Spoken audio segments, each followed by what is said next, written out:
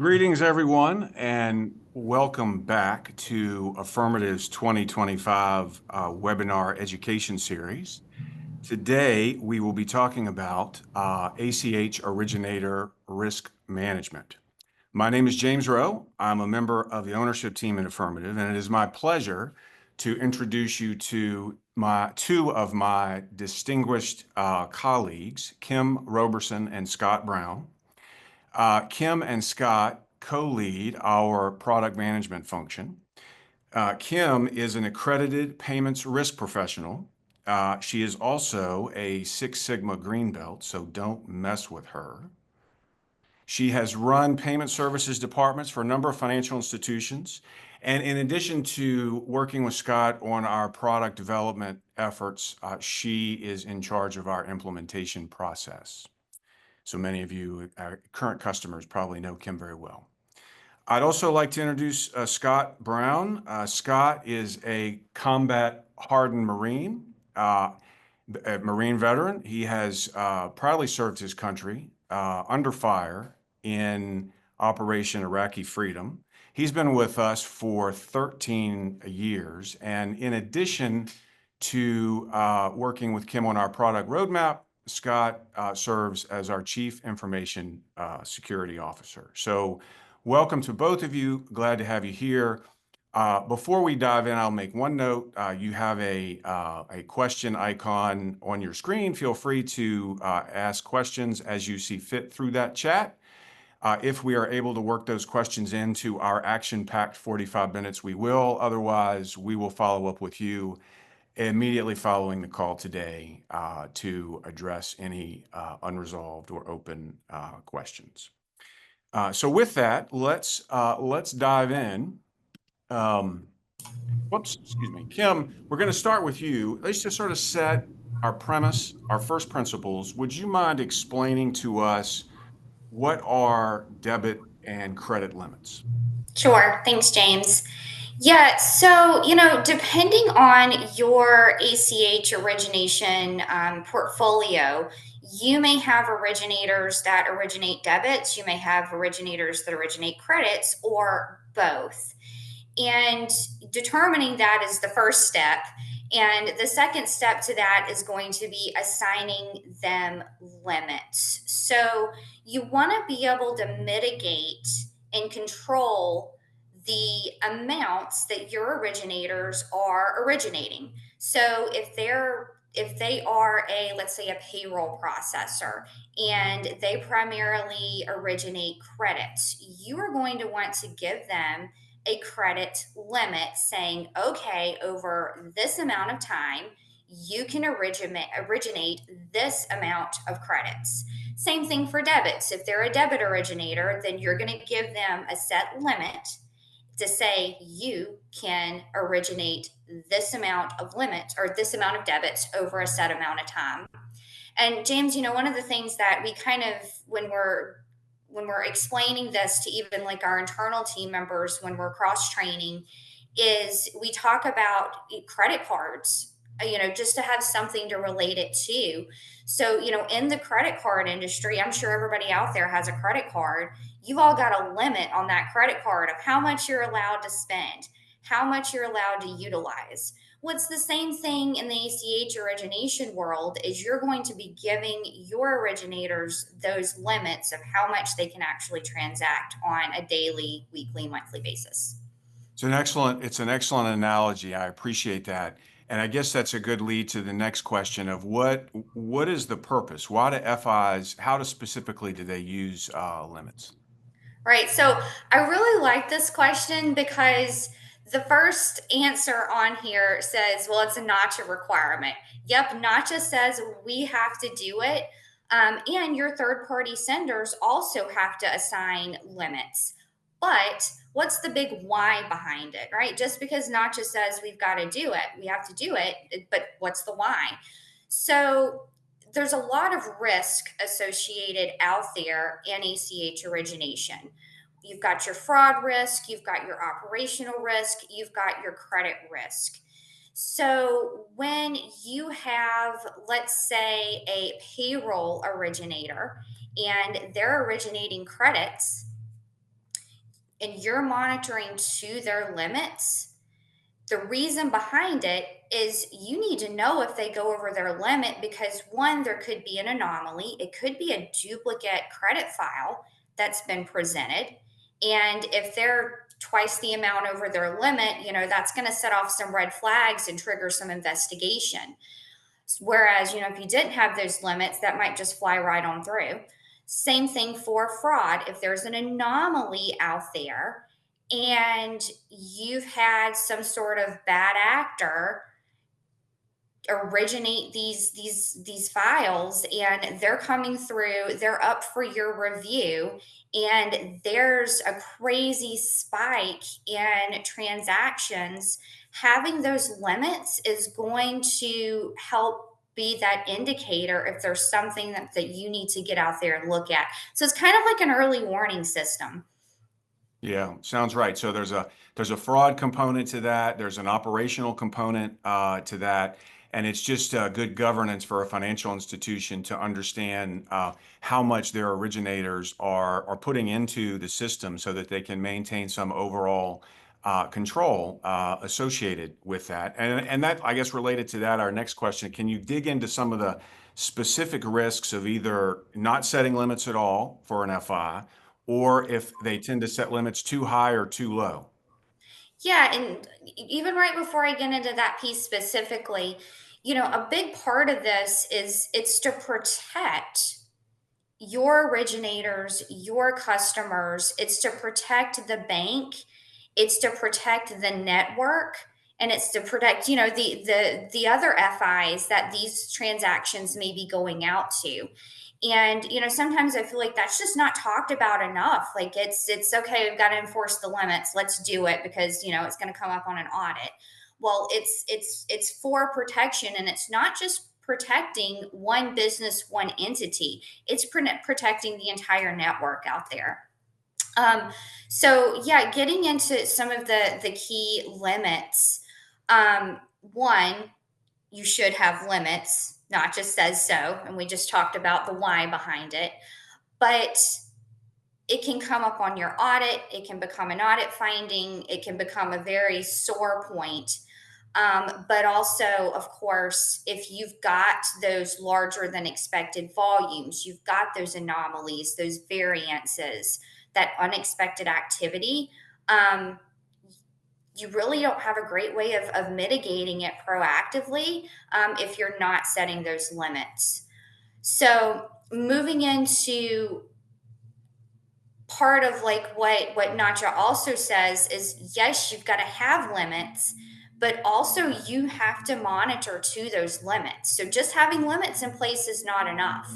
So a big piece of that is knowing where your limit thresholds are, and if you've got those limits set too high for those originators or too low. And if you've got those limits set too high, you're running into credit risk.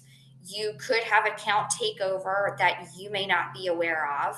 So you're basically giving somebody, like we used with a credit card, right? If you give them $100,000 limit on a credit card, what do you think somebody might do if they're irresponsible? They don't have enough procedures and checks and balances in place, right? That's not only going to hurt that originator, but that's also going to hurt the network and the financial institution and so on. So making sure you've got that mitigated. Certainly, if you've got those limits too high, you can definitely take losses when you have those anomalies, fraud events, account takeovers. And then moving into the limits too low. Well, if your limits are too low and you are not actively monitoring, you're going to get those requests for those manual increases. And we're all going to get those anyway, but what can you do to mitigate it? What can you help streamline it? Most of the time, those limit increases, they are manual, and a lot of times they're dual control. So when you get that increased request, then it's not only me having to go into the system and make that change, but then it's James also having to go in there and approve off on it. So it's resource intensive. So if you're monitoring those to those trends, to those to those peaks, to those valleys, you can have a good idea of when those limit increases might be coming through. And then also having the right limits and not setting those too low, that's also going to be it's going to mean a lot to your customer, I think, is what I'm trying to say, because they're too going to say, hey, this bank is on it. They know what's going on. They know my transaction history. They know my peaks. They know my valleys. So I think it's, going to also be like a big rapport building piece too. And then, of course, you've got fee income out there. If those limits are too low, then you may not be able to collect all the fees that you were wanting to. Yeah, makes sense. I guess, to recap a little bit, it's very interesting points you made. If the credit limits are too high, there's a lot of unused capacity. Sometimes FIs will front that money or and need to have that money available, and there's a capital expense. But more importantly, there's a risk of a breakout, right? If there's a lot of unused limit and it's almost like a check on pattern recognition. In other words, if there's a breakout of fraud, you'll see this sudden spike in activity that's unusual compared to the past. And if the limits aren't calibrated correctly, you could end up putting a lot of those bad transactions in the system that the FI ultimately has responsibility for from an economic perspective. So that's a key risk of having it too high. If it's too low, I think there's two issues I hear. One is it's a pain because you have to approve over limits. Usually that comes through at the end of the day without a lot of forethought or subjectivity to get an approval in place. And more importantly than that, it's a customer satisfaction issue. If you're not giving your customers ample room to originate their transactions, then that is an issue of liquidity for their financial institution, and they may end up deciding to go to another financial institution with all of their other commercial accounts. So there are risks, and it isn't just a matter of setting them too high or too low broadly. It's also specific to the customer. Which gets us to our next point. And I noticed there are a number of participants that are probably new to Affirmative. So I want to just take a few seconds and tell you what we do. So we specialize in ACH data.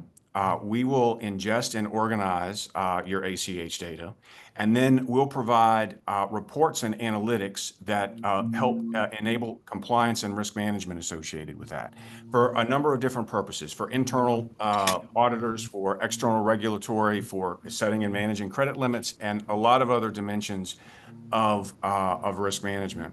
Our system processes a little over $1 trillion a year in ACH volume. Our clients, we see about 250,000 active originators under our financial institutions each month. Our FI clients are nationwide.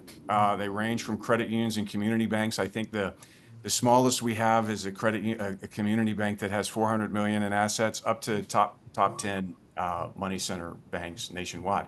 And the reason that I share that with this group is it's a good segue and a little bit of background to the power of our data. And that's where we're going to turn our attention next. And I'd like to ask Scott, if you wouldn't mind speaking to what we can learn from our data about how financial institutions manage limits today, both for credit and debit, and also how they can become more efficient at doing that in the future. Yeah, absolutely. So we did a small case study. We took a look at, excuse me, 5 of our financial institutions, various sizes, various regions, serving different types of originators.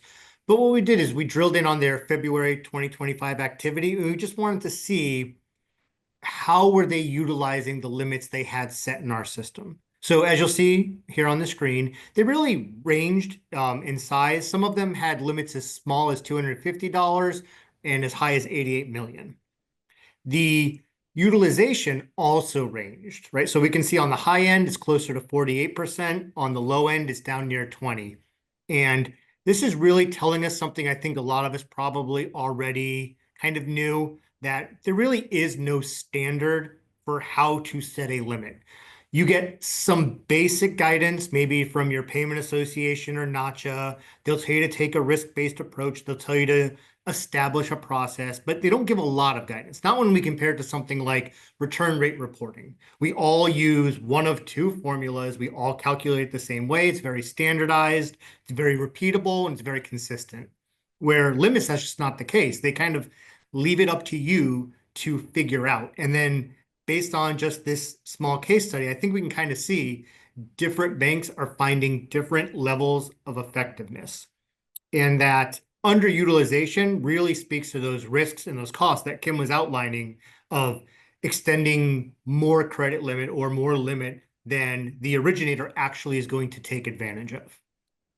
Yeah, it's interesting that, the cross section of our clients, which obviously been anonymized to protect the innocent. I mean, these are very different geographies and sizes of financial institution, and of course, we tend to focus on financial institutions that do a lot of origination, as well as a third party, have a lot of third party senders that they serve, because of the way that we're able to report and segment out sub-originators and provide reporting on that. But so there might not always be a correlation between the size of the financial asset size of a financial institution and their ACH transaction volume. I think we've probably found that over the years. But there's a lot of variability in the number of accounts. An FI tends to have more originators that do credits, as opposed to the debit activity. I mean, that number bears itself out here. The limits are very interesting in how they're set across the financial institutions. The lower end is 250 for probably a very small debit originator, up to 60 million for one financial institution, and then FI2 has an $88 million limit for one of theirs. So there's a huge amount of variability in it, and then the next column to the right is the average amount of the debit during that month, when our system is used to run the checks to determine if the originators are under or over their limits, which is how we're able to sample this data. And there's a lot of variability here. One thing that's consistent, to your point, and that's what's highlighted in blue, there seems to be overall across the financial institution a trend towards underutilization. So there are a lot of open, unused lines, and that's speaking generally over the FI across all financial institutions. And we see that not just across these particular 5 clients, but also across our other clients. There tends to be a lot of excess utilization overall. Within clients, there are certain clients, though, that regularly violate their limits or have to have an approval, right? And that's a problem too. Kim, do you have any thoughts about this utilization information? I find it personally interesting because When you managed at your FI, did you have a lot of excess utilization? so we did not have a good way of monitoring to it.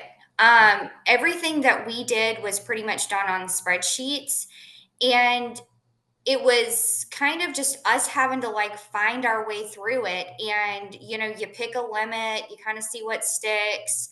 It, even though you were looking at the portfolio as a whole, or that originator's relationship as a whole, because you're not just maybe basing their limits off their account balances. You're looking out there to see if they have loans with the FI, like what their whole portfolio is. So, when I look at this, it's really interesting for me to see, because I can see how other FIs are doing the utilization. And it was always, kind of a sore point for me from when I was in the FI, because other FIs wouldn't talk to us. We'd want to know what was happening. We'd want to know what was going on. And it was just like, okay, we're off over here on our own little island doing our own thing. And I know that there's financial institutions that talk to each other out there, but unfortunately I didn't have that luxury. So it was a lot of manual work on mine and my team's part, because we didn't do limit utilization correctly. We Interesting. did give too low of limits at times. And but what we did have towards the end before I left is we did get some halfway decent like trending in place. So I knew that, like, one of my big payroll processors I knew come December we were going to have a gigantic spike. So I knew at that point I was going to increase their limit. We could work on preemptively doing it instead of having to wait on the uh, instead of having to wait for like the payroll company to reach out to us. We could just shoot them an email saying, "Hey, it's done," and they're like, "Great, you saved us a step." Yeah, so that gets us like, I mean, we observe on an overall FI basis, there seems to be a trend towards a lot of excess limit, unused line. But there are some at the same time a number of accounts, Scott, that violate their limit, and not just in February, but on a regular basis. Scott, do you want to speak to that? Yeah, so we ran the numbers, and for February, it came about to about 7% of accounts would go over limit. And it comes up pretty much, pretty consistently. And it tends to be these same accounts, right? So it's not just an account once a month.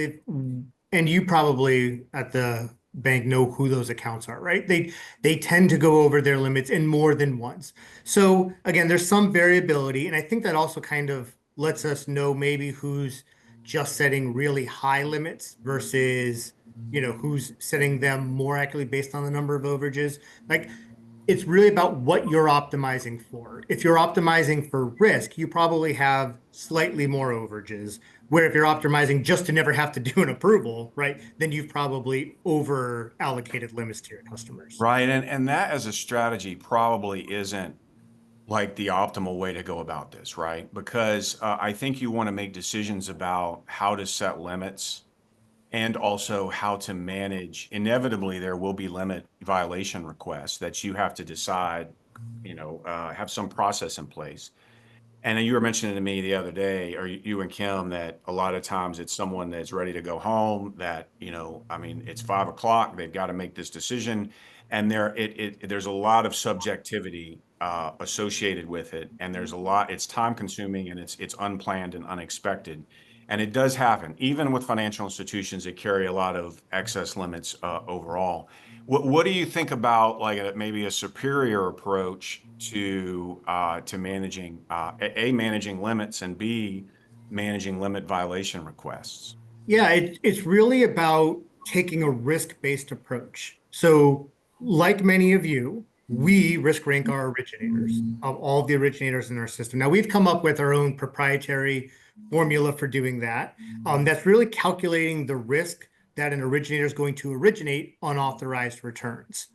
So, based on the originator's risk ranking, you might make your approval process, reflective of the amount of risk that originator is bringing to the institution. Because you can see in our risk ranking, those low risk originators, they have a less than a 1% chance of like unauthorized, where our high risk group, they have a 60% chance of unauthorized, meaning that's where all of that settlement risk, at least on the debit side, exists. And I think if you were to look, you would find there's probably correlation between high unauthorized activity, fraud activity, and just other general, risk factors.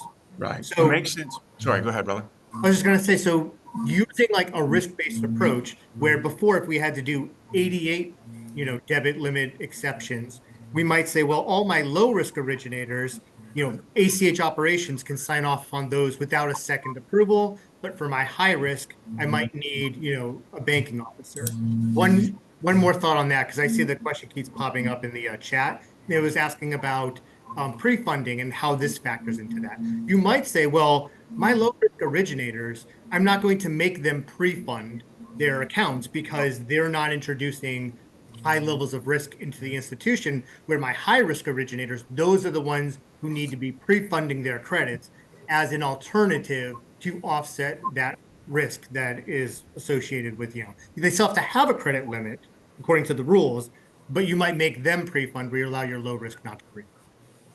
Got it. It makes sense. And I think that I want to just dig in a little bit as a couple points. One, I think someone asked, probably to elaborate on pre-funding as to kind of the nature of it. I'll ask you to do that. What is it in a minute, Kim? But I want to just reiterate on this risk assignment. This is the benefit, one of the benefit our clients have of taking advantage of all of the data we see across the country and not just their own data. We are able to develop using our machine learning capability and monthly a score that predicts the likelihood that each originator will have unauthorized activity in the near future. And then we use that score, we translate it into a high risk, medium risk, and low risk grade.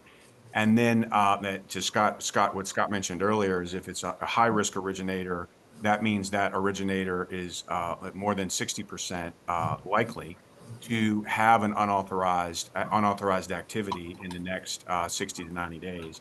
Whereas the low risk originator, the risk of any unauthorized activity at all is very close to 0%.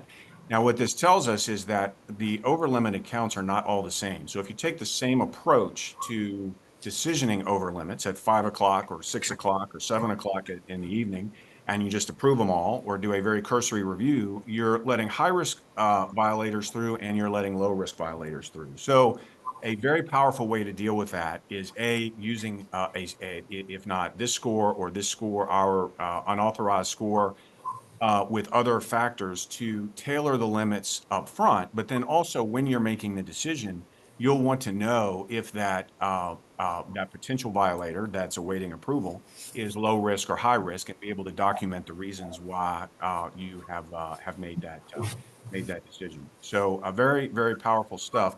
Kim, someone had asked a question. I think Scott saw it in the chat, but I just want to make sure. Kim, do you want to just speak to what is pre-funding a little bit before we move on to the next slide? Sure. So pre-funding is utilized in credit pushes. So let's go back to payroll processors. If you have a payroll processor and they're going to be pushing out those payroll payments on that weekly, bi-weekly basis, it is going to be up to your financial institution to determine the risk of that payroll processor and whether or not you or your financial institution wants to have their credit originations pre-funded. So what that's going to do is you're going to say, all right, we're going to make them pre-fund all of their transactions. So if you know that their ACH file that's going to go out for that day for all the payroll is going to be $100,000, then you are going to want to make sure that you are debiting that $100,000 from their account to cover all of those credits that are going out. If they are a stellar originator, have a great credit rating with, the financial institution, they've been around for a long time, you've deemed them as low risk, you may, depending on your policies and procedures at your financial institution, choose not to enable pre-funding, which means you're not grabbing those funds from one of their accounts to secure that money before all of those credits go out the door to the Federal Reserve, the EPN, for processing. Does that Excellent. make sense? Thank you very much for that. Now, I want to turn to some of the tools that are available. We've looked at our client data. We've talked a little bit about how the scoring can be used in decisioning. And I want to turn a little bit to how, at least our clients, so reporting that's available to track limits. Scott, would you mind speaking to this particular tool and some of the best practice tips that we provided? Yeah, absolutely. So we'll just start with the tips. Obviously, we want to match limits to actual utilization, right? We don't just want to look at their highest single day, but we want to kind of find those peaks and valleys and set it appropriately. We're looking to minimize that high risk exposure and really streamline the overall decision-making process. And these two graphs kind of help speak to that streamlined process. I know when I work with a lot of FIs, when they're doing their limit reviews, and that's usually during like their annual review process. They'll usually send their relationship manager, their account manager, kind of an Excel spreadsheet of like, here's what they did over the year. And I get it, like that's the best tools they have available, so that's what they're using. Maybe they're throwing in some conditional formatting and they're kind of forced to ask the relationship manager, like, figure this out and tell me if the limit's right for them. If you can add something just like the graphs I'm showing on the screen, you have made their job so much easier. You can see on the left, right? This originator is going over their limit pretty frequently, and we probably need to do an adjustment up. And the graph on the right, you can just tell at a glance. We've overextended, they have a $56 million limit or what it is. they're only using less than half of that. We could easily reduce that. We'd have no negative impact on the relationship, and we'd reduce our liability. So providing that style of reporting can be really impactful. Yeah, Now, sorry, go ahead. I was just going to say, somebody asked in the questions, really interesting one I've never heard before, and that was, can you monitor limits by day of the week? For instance, set a higher limit on Fridays. I'm not aware of anybody's core system who supports that, and I think that's probably why I've not seen it before. But if you want to know, could I report on it that way? Absolutely. And if that's your case, where maybe you're doing payroll originators and they tend to originate on certain days more than others, or other types of originators, yes, you could say, like, I want to view this rather than by the actual date as we're viewing it on the screen, but by day of the week. You could absolutely report on it that way. And then you, I guess, would have a different limit for each day of the week. And then you'd be able to catch and report and monitor on the overages that way. Fascinating. I officially anoint you to be in charge of the questions because my director has not shared with me how to pull the questions up without messing my screen up. So you are in charge of that, my friend, and Kim too, so you can see the questions because I can't. But I do want to make a point here. On the left, it's interesting. This is a credit limit, right? And then the right table or the right graph is debit limit exposure. Now, I mean, if your credit limit violation approval, like this originator violates their limit on a regular basis. If are they high risk or are they low risk, right? If they're high risk, maybe that's appropriate to be able to have some governance over that. If they're low risk, what you're probably doing is just holding up their credits from going out, particularly if your approval process involves making a call to them to confirm. And so that is an example of something that could cause you some significant customer dissatisfaction, potentially attrition from your financial institution. There's a lot of power in that. And then on the right, obviously, to Scott's point, this is a dramatically over limited account, meaning, there's too high a limit for the activity. Again, the question of is this high risk or low risk is relevant.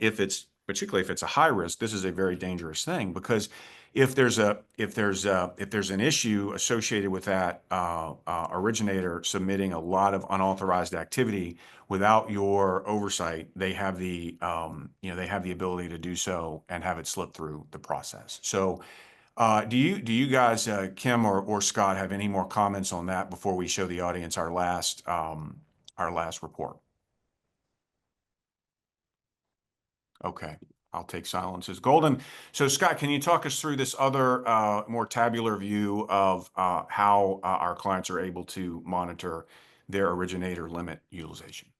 Yeah, so this really results as a conversation I had with one of our clients who's really effective at monitoring their limits. And I'm going to share some of their secrets and hope they're not here to hear me. um, Previously, everything we've looked at is kind of past activity, right? How often they're going over their limits and historical information. The way that this bank is so effective is once they had that under control, they started looking forward. And what I mean here is they generate a report similar to the one you see here, and it's talking about their debit and credit limit utilization. And like they might run it for a time frame, a month or 3 months, and then look for all of those originators who have gone, say, 85% or more of their limit over to look at doing proactive adjustments. And again, this is where something like your risk ranking in your risk-based approach could really kick in. You might say, like, well, they need more credit. I see they've used 85% of their limit 6 times this month. They're low risk. So we're going to send them through a streamlined approval process and just get this kicked up without them even making a request. Or we might say, like, oh, they're high risk. I see they're approaching those limits. Maybe we still want to raise them, but with this account, we need to be more cautious. And that's really what the whole topic today, the effective risk limit monitoring, is about, is taking a risk-based approach on how to set those limits. Makes sense. Kim, do you have any comments or thoughts about this you'd like to share? Did Scott cover it for us? I know he covered it. Okay, Good. all right. Very useful. I appreciate that. So at this point, what I'd like to do is I'm going to stop sharing because well, let's see here. I have an audience poll that I'd like to share, and I think I need to stop sharing in order to be able to pull that poll up. let's see, polls and quizzes. All right, here we go. So I'd like to ask you all to just take a moment and answer these two questions for us. And I think you may be able to see the results distribution. So the first question is, well, you're answering, I haven't even read the question yet, but I guess that's okay. I'm gonna read it anyway. How often do you review limits for your originators? Only when they join? Do you do it monthly, quarterly, yearly seems to be a big winner, and or other. I guess that means daily. I don't know, daily or more than a year. I guess we should have made better questions so we could get a better insight into that. Anyway, so we'll end the poll here in a minute. We've got most of our respondents answering. Okay. So we see the results here. I'm going to end the poll. We see the results. It looks like most 2/3 of our participants review limits on an annual basis, and I would guess that's a process sort of related issue. You have to go through steps to do that. Some do it monthly. It seems to be monthly is number two, and then quarterly is number three. Very interesting. Scott, Kim, is this consistent like with what our clients tell us? Do you guys get any feedback on that from the street? Yeah, I mean, I kind of get it all over the place, but I do feel like the limit review, a big part of it is done during just the annual review of the originator. And, most financial institutions are reviewing their originators on that annual basis. Yeah, it's interesting. It seems like not frequently enough, if you ask me. Yeah, I have to agree with you on that. I mean, a lot of it honestly boils down to, I think, time and resources too, Yeah. because it's time consuming to go back and look at the trending history, depending on what system they have, dig up the reports, um, kind of put it all together. They don't have the time and resources to do that on a monthly basis. It's Yeah. very, very It's a time. it's a it's a challenge. I didn't mean to step on you there. I'm sorry. It's a challenge that a lot of FIs can't get access to their own transaction data. It's very difficult. When we sign up a client, we'll typically go to our Fed connection so that we can download their off us data and get them up and running with that in a month, which is the most important part of the value chain. And then we add in the ONS data and some of the other data elements beyond that. But it's a lot of FIs don't have access to that. They can't look at it on a timely basis. With us, we call it day two. It's actually probably day 1.5. So you submit the transactions, they go through the Fed, we download them the next morning, and then we put them in your system so that you can analyze them then. So it's a more, getting your data better organized makes it certainly more of a timely point to be able to do that, which is very powerful. And it seems like yearly is probably too infrequent because if you have a client that's bumping up against that limit, it's probably costing you a lot of time to review it on a regular basis when you probably don't need to, especially if they're low risk. And they're getting maybe disappointed if they're not able to get all their transactions out when they want because of the limits you have in place. One Uh, thing, James, is I wanted to add to that is that, a lot can happen with an originator over the course of a year too. So they can file for bankruptcies, they can, close up shop. So yeah, on that annual basis, that's a big gap in between the reviews. Makes sense. So that leads to our second and last question of, I appreciate everybody's focus on this. Do you consider each originator's risk of unauthorized activity when you set and manage their limits? And while everyone's answering that, and I'll share the results in a minute. We'll end it. I think we have most participants answering. Give it another few seconds. Seems to be a predominance. About 2/3 are saying yes. And then an even split amongst the remaining third between no and not sure. Not sure is interesting. I would say, you're on the right track if you are. And so I'm going to go ahead and end the poll. I think we've got just about everybody in. All right, let's end the poll right now and then share the results, which I believe you can see now. See 2/3 yes. A lot of people we talk to, they will use proxies for doing originator reviews and setting limits, proxies to basically the risk of the originator for unauthorized activity, because they don't have a good scoring tool or a way to categorize their originator based on risk. They do a P&L review. They may pull it Dun and Bradstreet. They may look at other activity within the financial institution. That really is a proxy for the risk of originating unauthorized activity, which is probably the main thing you're trying to prevent or manage to, one of the main things when you have limits. So that's something to keep in mind. And if you're not using originator risk, obviously would strongly consider that you look into that. Scott, Kim, any questions, comments, observations about these poll results? No, I'm really pleased to hear about the number of people who are considering unauthorized as part of their, process. I think that's great. And I just wanted to say, someone had mentioned in the chat that asking about taking a risk-based approach, reviewing high-risk originators more often than low risk. I answered that person, but just for the group's benefit, yes, that is looked upon very favorably. So I would say if, you're looking like, how do I start? Like, which accounts do we review more often? Again, make it a risk-based approach. Look at those high-risk originators more frequently than those low-risk originators if you want to know, where to begin.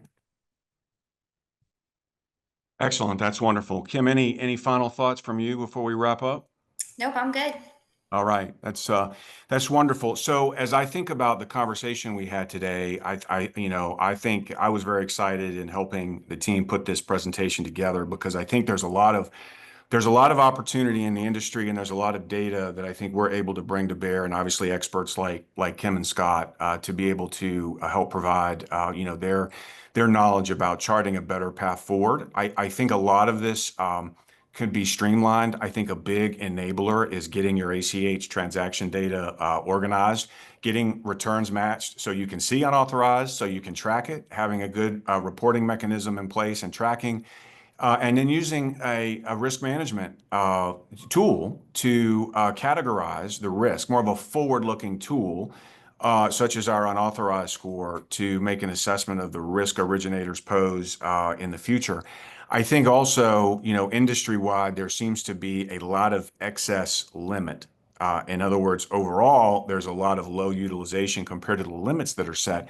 But there seems to be some evidence that those limits are not always tailored individually to the originator, which causes problems of client attrition, and also can cause significant issues with a breakout if there's a breakout of unauthorized fraud for debits when you have a lot of excess limit and then all of a sudden it gets utilized in a bad way. So I'm hopeful that everyone on the call found this to be useful as well.